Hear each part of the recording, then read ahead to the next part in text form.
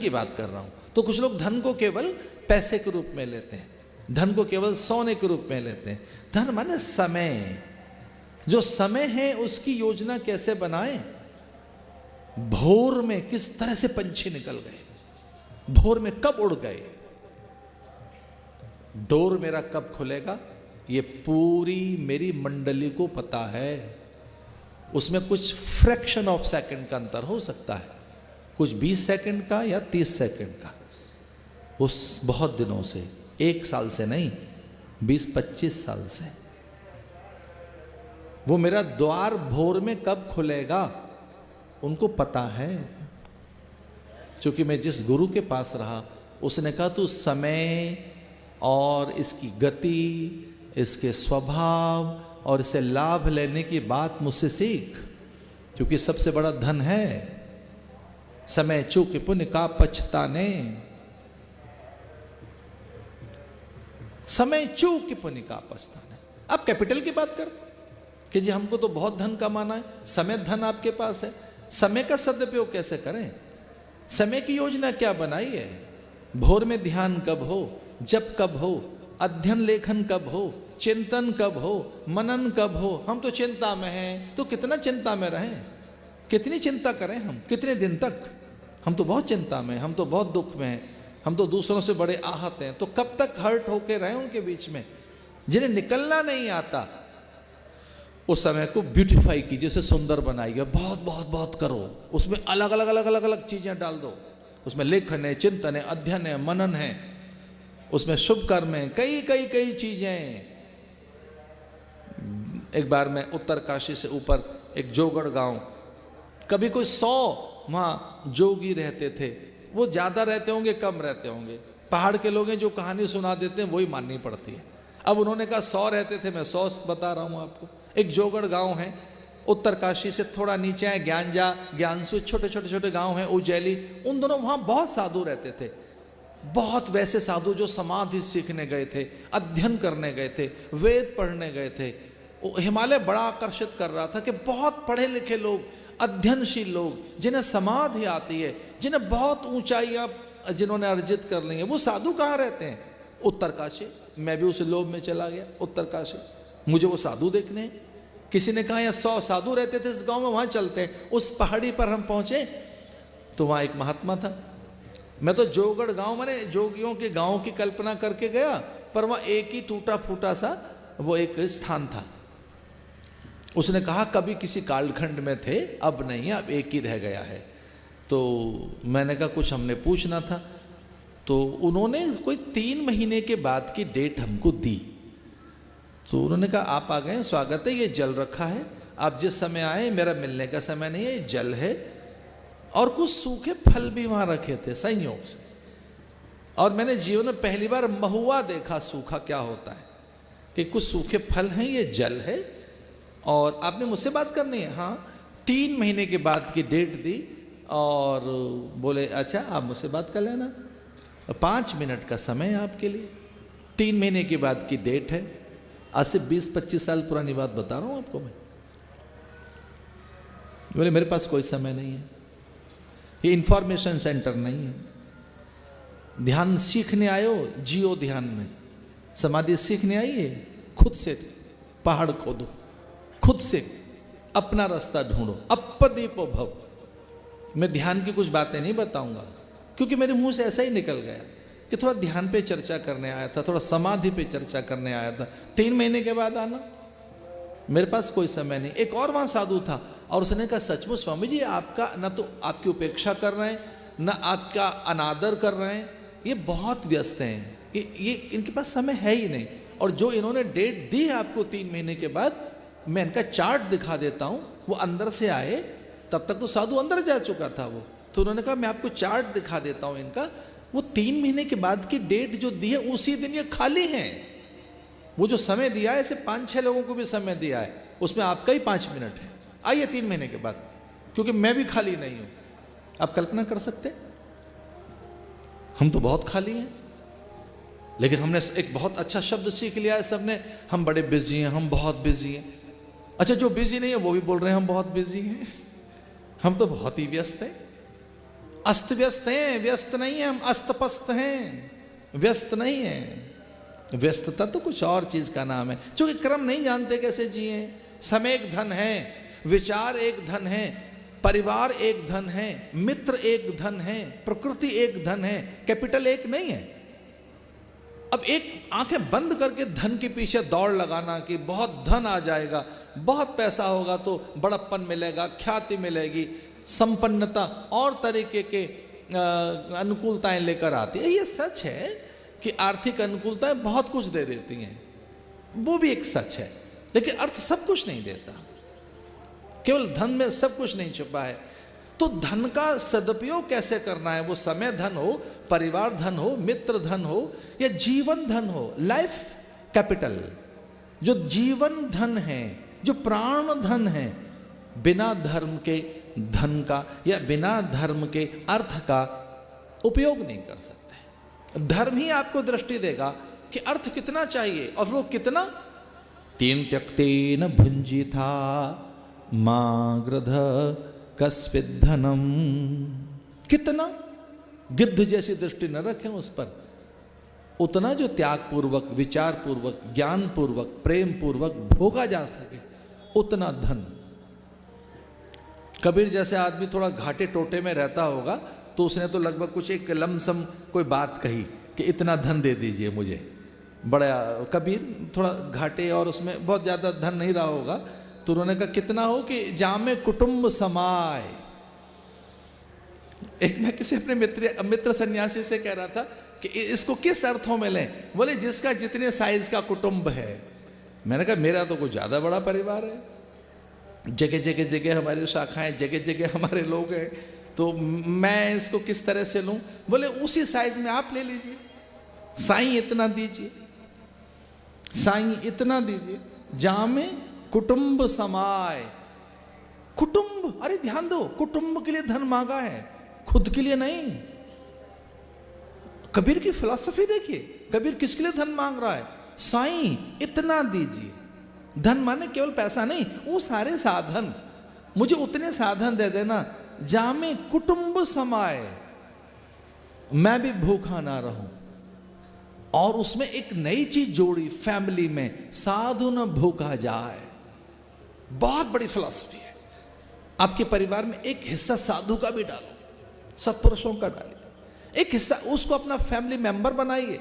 साधु न भूखा जाए, मेरे घर एक तो मैं भी भूखा ना रहूं, और मैं एक सन्यासी साधु संत का और एक यति योगी तपस्वी का भी आदर कर सकूं। साधु न भूखा जाए, इसका अर्थ अतिथि, अभ्यागत, आगंतुक, अनायास कोई मेरे जीवन में आए, मैं उसका भी आदर कर सकूं। साईं इतना दीजिए। अब क्या दीजिए, साईं इतना दीजिए, इतना प्रेम दीजिए, इतना ज्ञान दीजिए, इतना आदर दीजिए, इतनी सद्भावना दीजिए, इतनी मुझ में संवेदनाएं दीजिए कि मैं भरा पूरा अनुभव कर सकूं, और जो दूसरा आया है उसका भी आदर कर सकूं। बिना धर्म के अर्थ का अनर्थ कर देंगे हम। कहीं ऐसा ना हो कि बहुत भोगने की प्रवृत्ति हम में आ जाए, तो हम भोगें त्याग पूर्वक। त्यक्तेन भुंजिथा, वेद ने कहा है जो कुछ आए आपके लिए, ये आपके भोगने के लिए नहीं है, त्याग पूर्वक भोगो। और मेरा ऐसा विश्वास है कि व्यक्ति जब त्याग पूर्वक भोगता है तो बचता है, फिर बहुत बच जाता है। जो लोग इस प्रकार की शिकायत में हैं कि महाराज जब बहुत थोड़ा सा है, क्या कर रहे हैं, बचता ही नहीं है, तो दान कहाँ से दें, सेवा कैसे करें, दूसरों के काम में कैसे आए, वो बहुत कम है। अरे त्याग पूर्वक भोगोगे, विचार पूर्वक, ज्ञान पूर्वक, तो ज्यादा दिखेगा। तो भोग की सीमा तो खड़ी करो। और मैं ये कहना चाह रहा था कि अगर धर्म जीवन में आ गया तो सीमा खड़ी होगी, एक बॉर्डर लाइन खड़ी करेंगे आप, वर्जना खड़ी करेंगे। और अगर आपने बॉर्डर नहीं लगाया कोई कि कितना चाहिए, कितना जिए, कितना भोगें, तो ध्यान रहे वो अधर्म हो जाएगा। तो धर्म उसे कहते हैं जहाँ सीमाएं हैं, धर्म उसे कहते हैं जहाँ वर्जनाएं हैं, धर्म उसे कहते हैं जहाँ पर कोई खड़ा है कि बस आगे नहीं बढ़ सकते, बॉर्डर क्रॉस नहीं कर सकते। और वो सबके लिए है, वो केवल शिष्य के लिए, गुरु के लिए भी है। सीमाएं बस इतनी, इससे आगे नहीं जाना। एक ग्रीन जोन है, एक येलो जोन है, एक रेड जोन है। बस यहाँ रहो ग्रीन जोन में, इससे आगे नहीं बढ़ेंगे आप। और थोड़ा आगे बढ़ रहे हैं, ये येलो जोन है, ये पीली बत्ती है, इसका अर्थ है कि नहीं नहीं आप कुछ आगे बढ़ाए हैं। एक ग्रीन जोन है, वहीं रहिए। एक येलो यानी पीली, एक रेखा, पीली की रेखा खींच दो कि बस यहां तक पहुंच तो गए, आगे नहीं जाएंगे। आगे कौन सा एरिया है? और वो सीता के लिए भी था कि देखो इतने कदम आगे बढ़ जाना, इसके आगे नहीं। फिर आगे विपत्ति है, आगे नहीं आना। मां ये एक रेखा है, इसे पार मत कर देना। वो सबके लिए है, वो रेखा, वो बॉर्डर सबके लिए है। तो जिनके जीवन में धर्म है, उस रेखा को वो पार नहीं करते। धर्म आ जाने से आप अनुचित नहीं कर सकते, अमर्यादित नहीं हो सकते, स्वच्छंद नहीं हो सकते, स्वेराचारी नहीं हो सकते, मनमाना आचरण करें, अकेले हैं कौन पूछता है, हम तो बाबा जी बन गए ना भैया। एकांत में भी आप चौकन्ने रहेंगे और बहुत अद्भुत मर्यादाएं आपके पास रहेंगी। धर्म आपको जीना सिखाता है।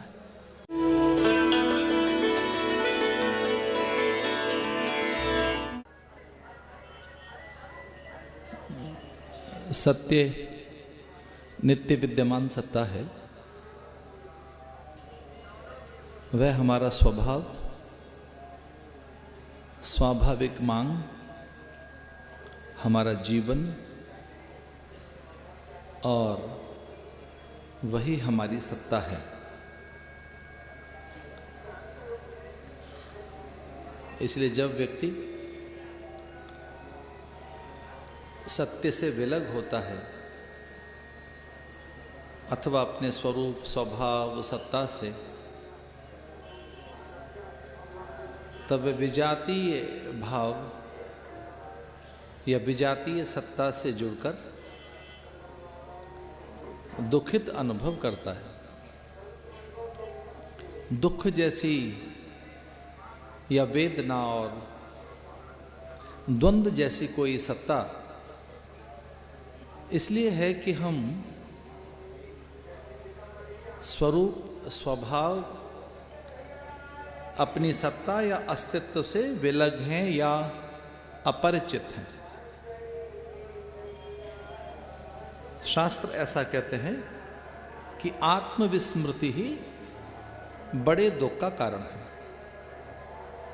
जो आत्मविस्मृति है, स्वयं को भूलना है।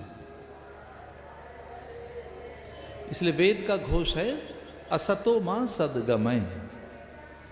दिव्य जीवन के लिए मैं सत्य का आराधक बनूं, सत्यान्वेषी बनूं,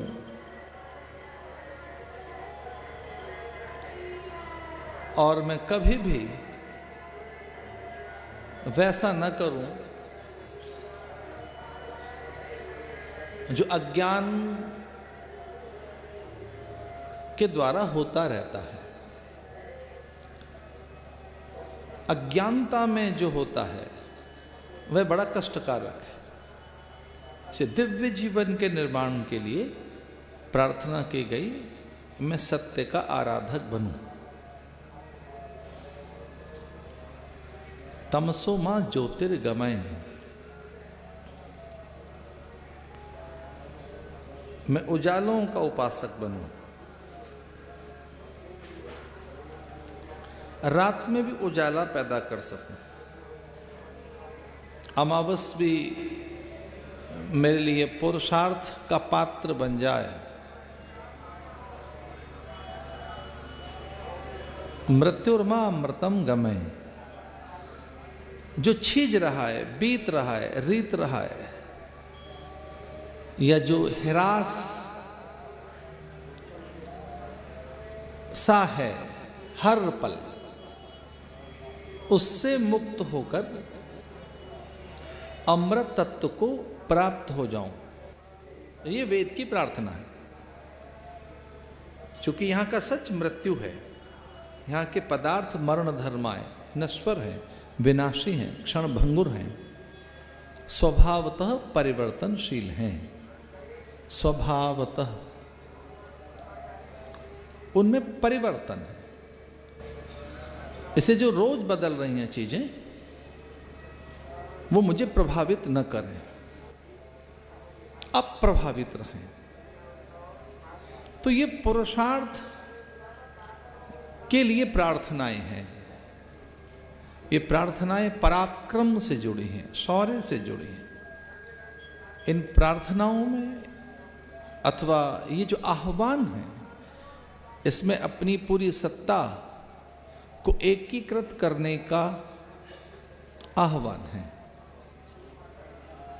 दो पक्ष सदा रहते हैं, उजाला अंधेरा, जैसे दिन रात, दो पक्ष, जैसे कृष्ण पक्ष शुक्ल पक्ष, जैसे दक्षिणायन उत्तरायण, एक उभय पक्ष।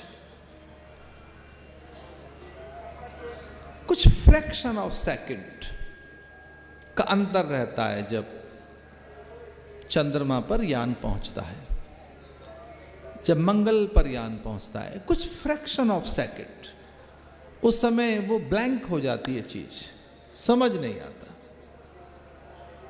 कुछ पल के लिए सिग्नल नहीं आते, संदेश नहीं आते, एक ब्लैक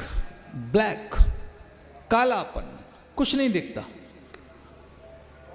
अंतरिक्ष विज्ञानियों से बहुत निकट से मेरी बात हुई है, ठीक वैसा ही हमारे साथ होता है। एक विचार के डूबने के समय और दूसरे के उदित होने के समय। एक विचार जब डूब रहा है और दूसरा उदित हो रहा है, प्रकाश में और अंधकार में बहुत अंतर नहीं है। यहां कुछ अधिक प्रकाश दिखाई दे रहा है और वहां थोड़ा कम है, यहां अधिक फोकस है। एक बहुत जो दिव्य जीवन के लिए मैंने सूत्र लिया है कि विचार सिद्धि करें, विचार को पैना बनाएं, वैचारिकी पवित्र हो, चिंतन शुद्ध हो, उस पर ध्यान दीजिए। एक विचार डूब रहा है, एक विचार उग रहा है। जो उग रहा है वो वर्तमान है, जो उसके पीछे खड़ा है वो भविष्य है। ये जो उगकर फिर डूब गया ये भूतकाल है। इसलिए एक स्मृति है, दूसरी कल्पना है। स्मृति भूतकाल में लेकर जाती है, भविष्य की कोई याद नहीं आती, भविष्य की कल्पनाएं करते हैं आप भविष्य को याद नहीं करते कि चलो कल पर विचार कर लें, कल को याद कर लें, आने वाले कल को याद कर लें। आने वाले कल की कल्पना करते हैं आप, आने वाले कल को याद नहीं करते। आप याद करते हैं बीत गए कल को। जो बीत गया है आप उसकी स्मृति में रहते हैं, उसे याद रखते हैं कि जो कल बीत गया था और एक सप्ताह बीत गया, पिछला साल चला गया, तो जो स्मृतियों में है, स्मृति कोश में, वो भूतकाल है। और जो अभी आपके सामने ये वर्तमान है, और जो नहीं आया है वो भूतकाल है। उसकी आप कल्पनाएं कर रहे हैं, उसके लिए योजनाएं बना रहे हैं, उसके लिए अनुमान लगा रहे हैं, उसके लिए कोई आकलन कर रहे हैं, उसका कोई एक आभास आपके आसपास है, एक आभास। ये ध्यान रहे, भविष्य का ही आभास होता है, भूतकाल का नहीं। जो विमर्श है भूतकाल का कभी नहीं होता, कभी नहीं। जो विमर्श है वो वर्तमान में से ही निकल रहा होता है। एक ऐसी कोई चीज जो हमें हर पल ढक रही है, हर पल ढक रही है, हमें वर्तमान में नहीं रहने देती, स्वरूप में नहीं रहने देती, जो हमारी सत्ता में नहीं हमें रहने देती, एक आवरण में हर पल ढके रहती है। विमर्श, विमर्श। एक और बात, एक विकल्प में हम जीते हैं। कभी कभी यहां से सुख नहीं मिला, यहां से मिला। तो एक जो अध्यास है कि हमें हर पल विकल्प में जीना है, विमर्श में जीना है, या दृश्य में जीना है, दृश्य के विमर्श और विकल्प में जीना है। एक और बात, आभास में जीना है। एक जो आभास में जीना है, जैसे सुखाभास, एक सुख का आभास हुआ आपको और उसे पाने के लिए दौड़ पड़े आप। अर्थ हमें सुखाभास कराता है, वस्तु हमें सुखाभास कराती है। जो वस्तुएं हैं, पदार्थ हैं, ऐसा पा लेने से, ऐसा छू चख लेने से, इतना संग्रह संचय कर लेने से सिद्धि मिलेगी, सम्मान मिलेगा, संपन्न कहलाएंगे, जय होगी, ख्याति होगी। एक विमर्श, हम उसमें जीना चाहते हैं जो कुछ बड़ा सा है। उसके लिए फिर विकल्प में जीना चाहते हैं। हम आभास के आश्रय में रहते हैं। एक और बात कहूं मैं, हम अवलंब में जीते हैं, सहारे में जीते हैं, इसलिए हम अपनी सत्ता में नहीं रह पाते। हर पल अवलंब चाहिए, आश्रय चाहिए, सहारा चाहिए अन्य से। जो बहुत बैसाखी से चलने का आदी हो, जो बहुत सहारा आसरा लेके चलने का आदी हो, ठीक होने के बाद भी उसे बैसाखी चाहिए। जो बहुत दिन तक जंगले में, और जंगले से मेरा आशा है जो कैद में रहते हैं, पंछी, परिंदे, पशु, खा पी के फिर वहीं आ जाते हैं अंदर, वहीं पर एक आश्रय में है, विमर्श में है, अवलंब में है, विकल्प में है, आभास में है। कितना ये वैसा जीना है कि कितना हम आधारित होकर जी रहे हैं, कितने आश्रित होकर जी रहे हैं। हमें संवेदनाएं चाहिए, हमें सहानुभूति चाहिए, हमें प्रेम चाहिए, अपनापन चाहिए, अन्य से अनुकूलताएं चाहिए। ये तो मैं विषय ये कह रहा हूं कि कई सत्ता में इसलिए नहीं रह पाते हम। उनको बहुत मूल्य देकर, उन्हें बहुत बड़प्पन ढूंढकर, उन्हें बड़ा मानकर और उनके सुख के आभास में हम जीते हैं, और वो नहीं मिल रहा है तो दुखी हैं।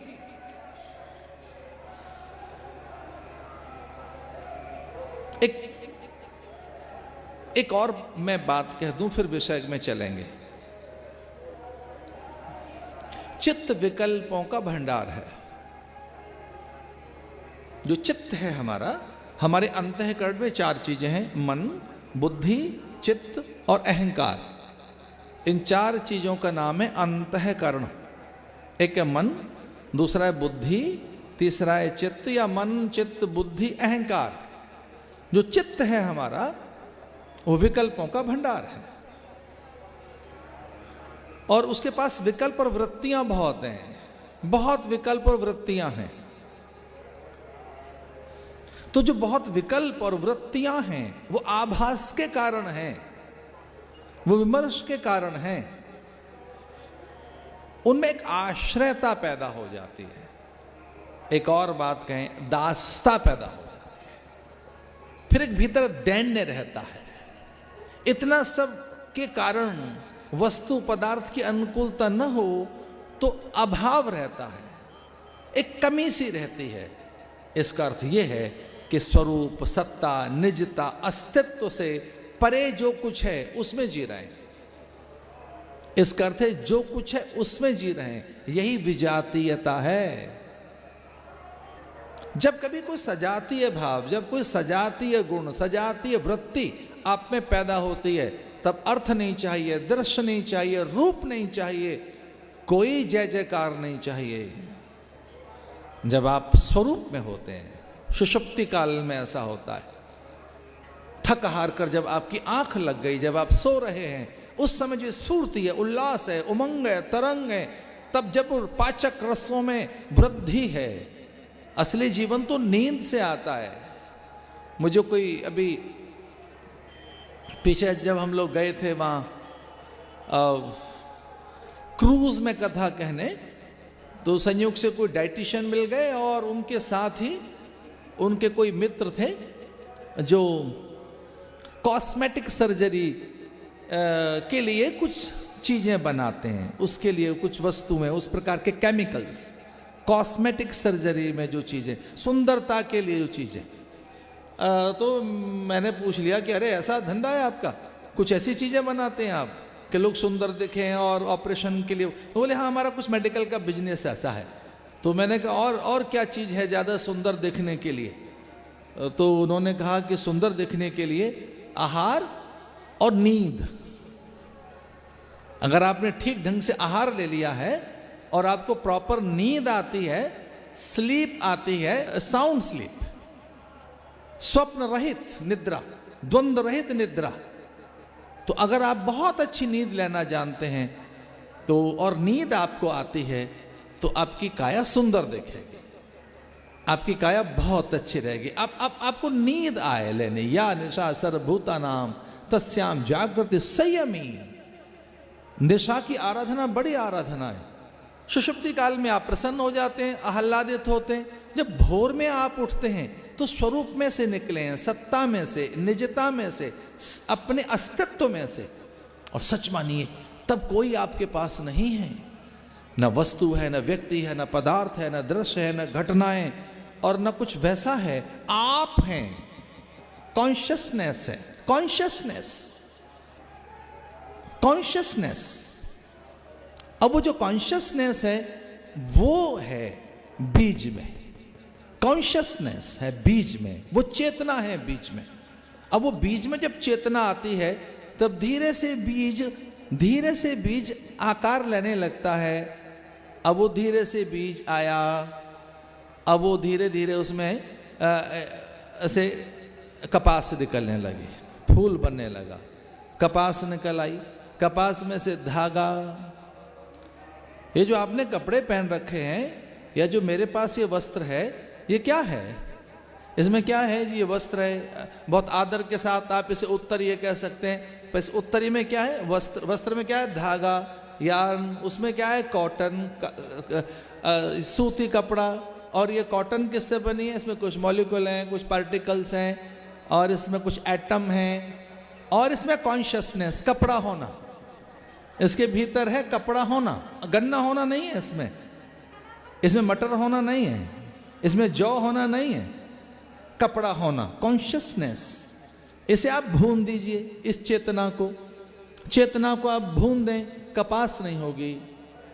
आपकी हथेली पर मैं 2 चने रखूं, एक कच्चा चना और एक भुना हुआ चना, और मैं आपसे पूछूं कि इसमें क्या है, तो आप कहेंगे कोई सैद्धांतिक अंतर नहीं दिखता, कोई बुनियादी फर्क नहीं है इसमें, ये चना है और हाँ 2 चने हैं हथेली पर। तो फिर मैं आपसे कहूँ थोड़ा चिंतन कीजिए कि ये दोनों चने कैसे हैं, इनका भविष्य देखना क्या है, इन पर थोड़ा विचार करो।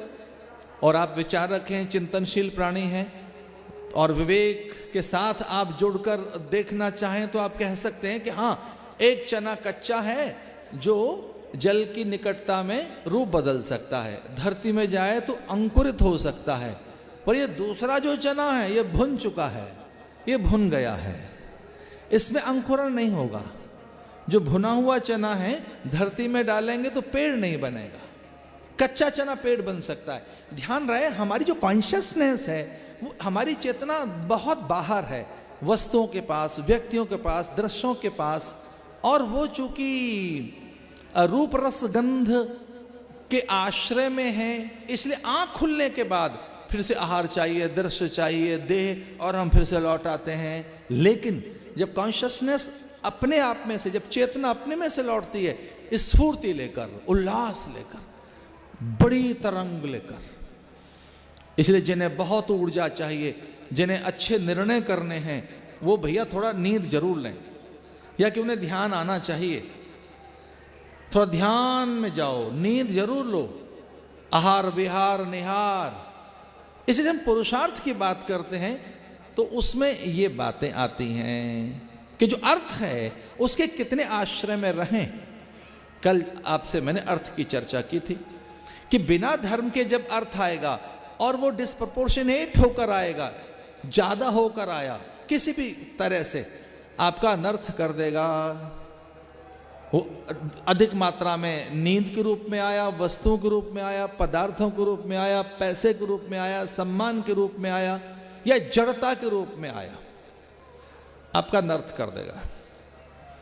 इसे एक विवेक के साथ में आश्रय, विमर्श, विकल्प, आभास, अवलंब, इन पर ध्यान दो तो पता लगेगा ये विजातीय चीजें हैं, इनमें उलझे हुए हैं। कोई 20 साल पहले, और लगभग 20 साल के और भी ज्यादा हो गए होंगे, जब कथाओं का दौर चला तो कथा की पिच पर मैं भी खड़ा हो गया था। तो 20-22 साल पहले जब कथाओं का दौर चल रहा था, चरम पर था वो जब। अब तो कथाएं बेचारी व्यथा हो गई हैं। अब कथाओं में तो डांस है, नाच गाना है, कीर्तन है, ताली बजाओ, गरबा गाओ, डांडिया है। बेचारी कथा खो गई है, अब कुछ और हो गया है कथा में। तो अब तो कथा ही खो गई है, कथा में कथा तो मिलती नहीं है। कथा में कोई दर्शन नहीं है, चिंतन नहीं है, कथा में सिद्धांत नहीं है, निष्ठाएं नहीं है, कथाओं में शास्त्रों की आहट नहीं है। कथाओं में तो बेचारी अब कथा ही ढूंढ रही है, कथा स्वयं व्यथा हो गई है। तो तब जब 2 दशक पहले ये चल रहा था एक दौर, तो उसमें विद्वान ढूंढते थे कि इस कथा सांख्य पर, वेदांत पर, न्याय पर, योग पर आधारित है। कथा की थीम क्या है, कथा में वक्ता कहाँ खड़ा है, किस पिच पे खड़ा है, वेदांत में, सांख्य में, योग में, वैशेषिक में, मीमांसाओं का आश्रय है, या कथा में कौन सा धरातल है, किस सिद्धांत की निष्ठा है, कथा कहां से निकल रही है, किस आश्रय में से आ रही है। 20 साल पहले एक बात हमने कही, कुछ विद्वानों के बीच में हम लोग बैठे थे, चर्चा हुई कि जो क्रोध है उसमें व्यक्ति 24 घंटे नहीं रह सकता। गुस्से में आप 24 घंटे नहीं रह सकते, 24 मिनट नहीं रह सकते। तो जिन्हें बहुत क्रोध करना आता है, वो क्रोधी व्यक्ति कुछ आधे पौने घंटे के बाद पागल जैसा हो जाता है, विक्षिप्त हो जाता है। चित्त की 5 वृत्तियां हैं, क्षिप्त, विक्षिप्त, मूढ़, एकाग्र, निरुद्ध। ये ध्यान से सुनने की बात है। चित्त की 5 वृत्तियां हैं, एक है क्षिप्त, दूसरी विक्षिप्त, तीसरी है मूढ़, चौथी है एकाग्र, 5वीं है निरुद्ध। अगर बहुत वस्तु पदार्थों के आश्रय, विमर्श, अवलंब, आभास और इस विजातीय भाव में रहोगे तो चेतना विक्षिप्त रहेगी, क्षिप्त रहेगी, मूढ़ रहेगी। हम जिसका जैसा संग करते हैं वैसी स्थिति हो जाती है, वैसा रुझान बनने लगता है, वैसी प्रकृति बनने लगती है, वैसा स्वभाव बनने लगता है, वैसे अभ्यास होने लगते हैं, उस वैसी आदतें बनने लगती हैं। पूरी साइको बायो टेंडेंसीज, पूरा इन टोटलिटी में आप जो निकल कर आते हैं, कुछ और निकल कर आते हैं। अभिजात्य, संभ्रांत, तथा कथित संपन्न जो घराने हैं, वहां कुछ चर्चा ही नहीं सिवाय ज्वेलरी के। इस ढंग की ज्वेलरी, इस ढंग के कर्टन कारपेट, इस ढंग की ब्रांडेड वस्तुएं, इस ढंग की कार, वो लग्जरी आइटम के अलावा कुछ है ही नहीं उनके पास। एक पूरी साइको बायो उनकी जो टेंडेंसीज हैं, जो अपर एंड के लोग हैं, जो बहुत ऊपर के परिवार हैं, उनके पास चर्चा नहीं है। बेचारा सामान्य व्यक्ति है तो उसकी कुछ और चर्चाएं हैं। इन चर्चाओं में है क्या? विमर्श के, विकल्प के, आश्रय के, अभाव के, अवलंब के और उन चीजों के कि उसमें ही चेतना, विजातीय चेतना। एक दिन मैं कुछ विद्वानों के बीच में बैठा था, कह रहा था कि गुस्सा 24 घंटे नहीं कर सकते आप। हाँ, 24 घंटे प्रेम में रह सकते हो आप। जिसे बहुत गुस्सा करना आता हो उससे को रिकॉर्ड बनाइए 24 घंटे का गुस्सा करके, इस टेम्परामेंट को बना के रखो, 24 घंटे क्रोध करके देखिए। तो किसी आप हेय, निंदनीय, त्याज्य, अग्राह्य, अमान्य, अपूज्य अवस्था में 24 घंटे नहीं रह सकते। जो अग्राह्य है, अग्राह्य करते जो एक्सेप्ट नहीं हो सकती, अंतःकरण को मान्य नहीं। अरे एक वस्तु जो अमान्य है उधर में जाए तो सही एक बार। कई बार एक पार्टिकल, एक स्मॉल पार्टिकल, एक नन्हा सा कोई एक कण जाता है अन्न के साथ और वमन हो जाती है, उल्टी हो जाती है। पूरे पूरे उदर में संघर्ष,